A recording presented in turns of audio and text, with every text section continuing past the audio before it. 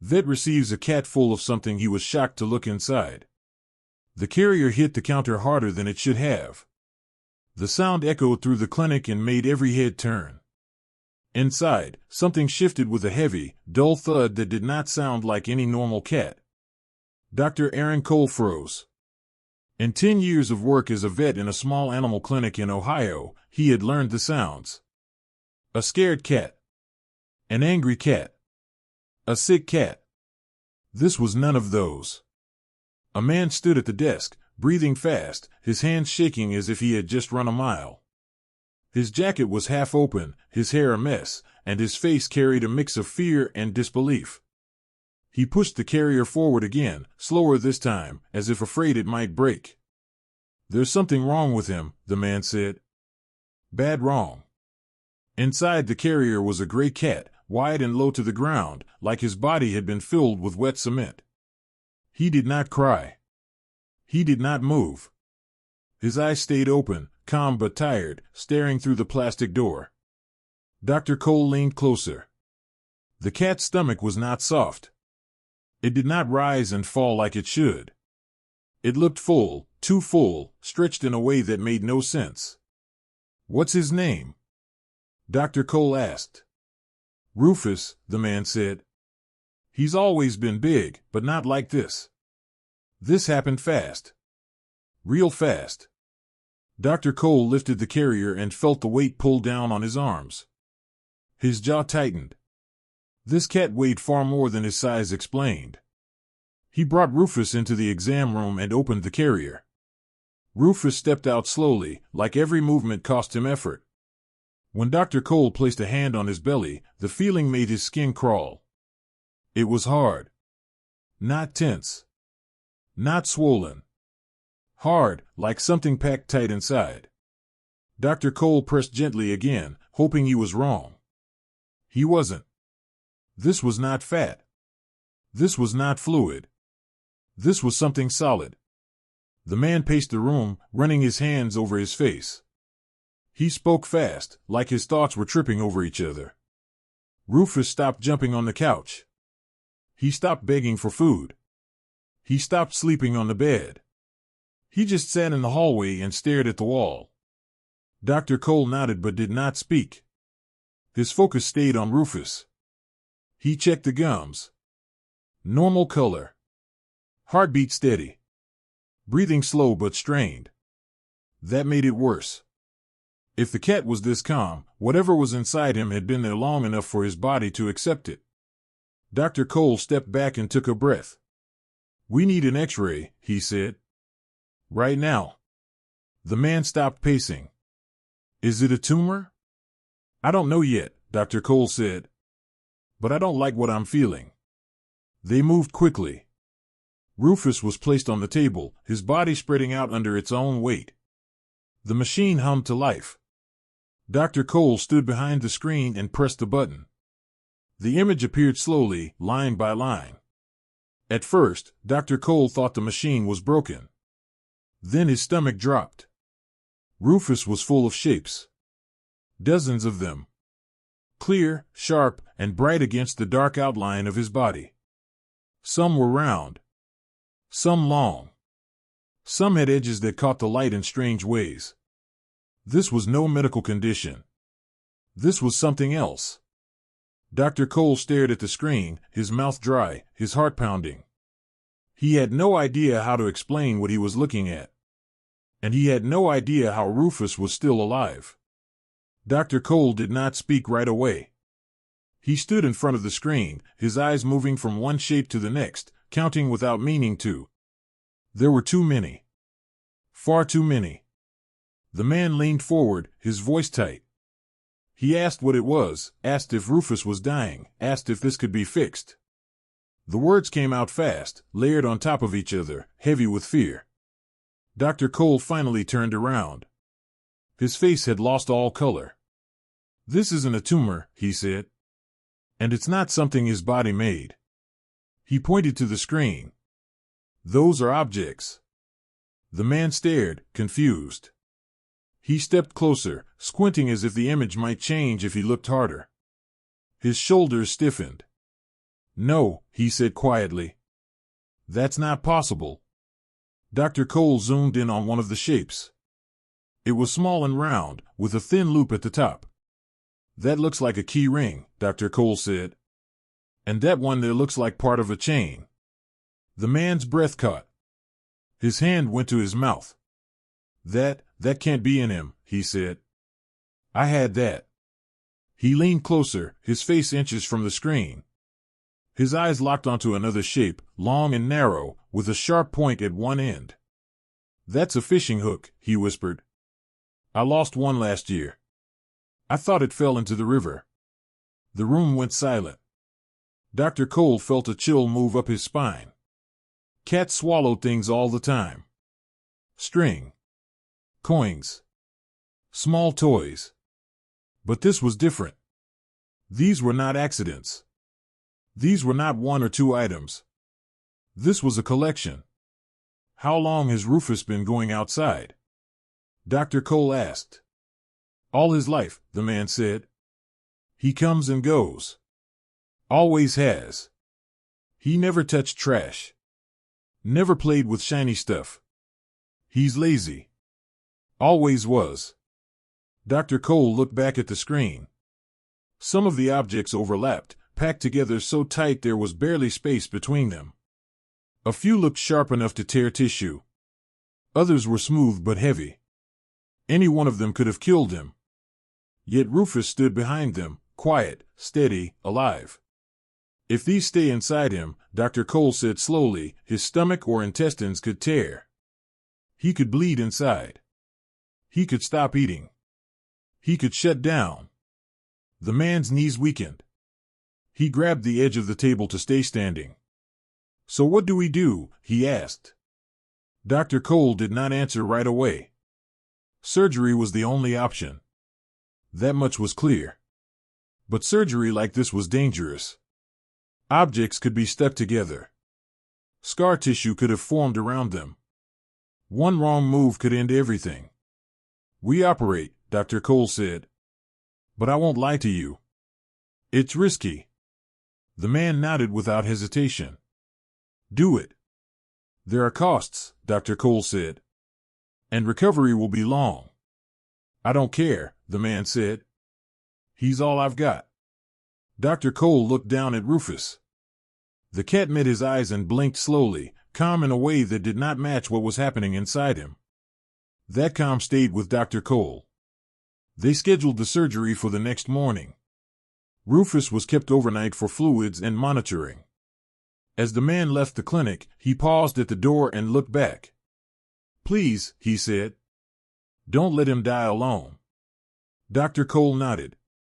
That night, long after the clinic lights were dimmed, Dr. Cole sat in his office with the X-ray open on his screen.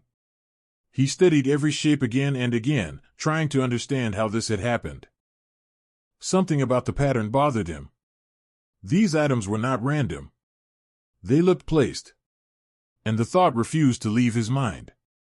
What kind of cat carries a lifetime of lost things inside his body? Morning came too fast. The clinic smelled sharp and clean, but the air felt heavy. Dr. Cole washed his hands longer than usual, his eyes fixed on the sink as if the water could calm his thoughts.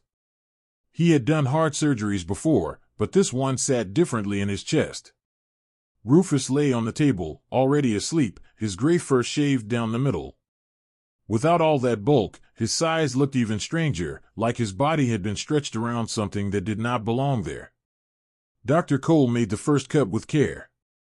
The room stayed quiet except for the steady beeps of the monitor. Every sound felt loud. As he moved deeper, his fingers brushed against something solid. He stopped. Slowly, gently, he worked around it and lifted it free. It was a bent-house key. Dr. Cole held it in his gloved hand, frozen for a moment. A normal key. Scratched. Old. The kind someone carries for years. He placed it aside and continued. The next object came out wrapped in tissue. Then another. And another. A coin worn smooth.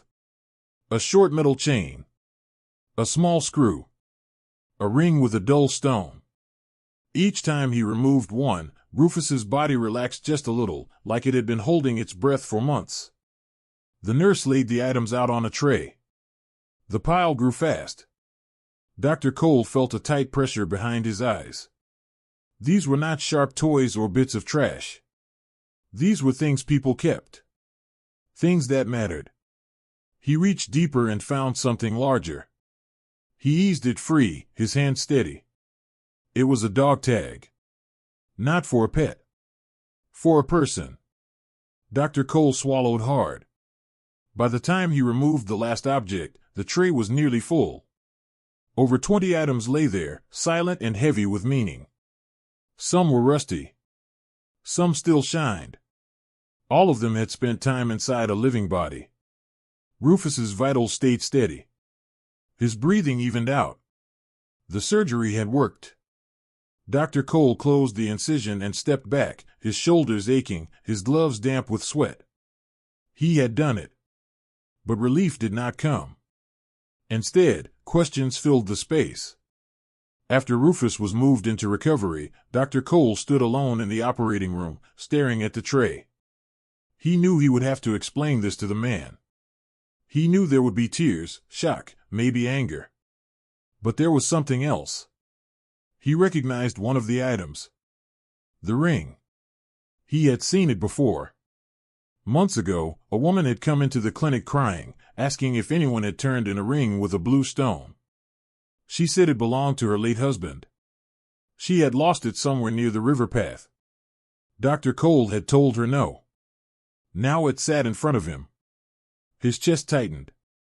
Rufus hadn't just swallowed objects. He had been collecting losses. And Dr. Cole was about to return things people thought were gone forever. Rufus woke slowly, his body weak but steady. His eyes opened halfway, then closed again. The soft rise and fall of his chest told Dr. Cole what he needed to know. The hardest part was over. When the man arrived later that morning, his steps were unsure. He looked older than he had the day before, like the night had taken something from him. Dr. Cole met him in the small consult room. On the table between them sat the tray, covered with a clean cloth. "The surgery went well," Dr. Cole said. "Rufus is alive. He's resting." The man's breath left him in a rush.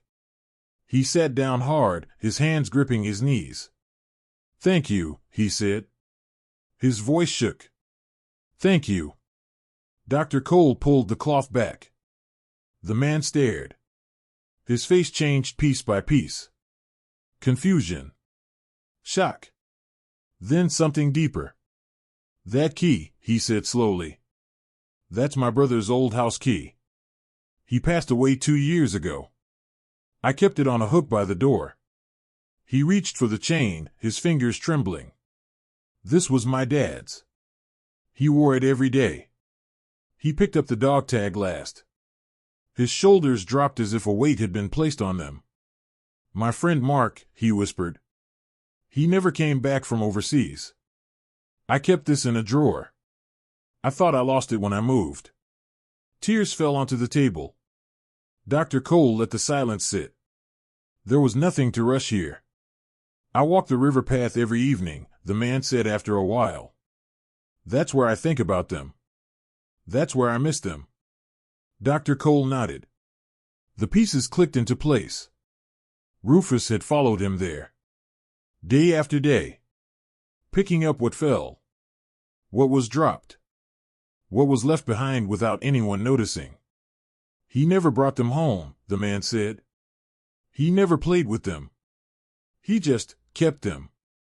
Dr. Cole felt a lump rise in his throat. "He carried a lot," he said.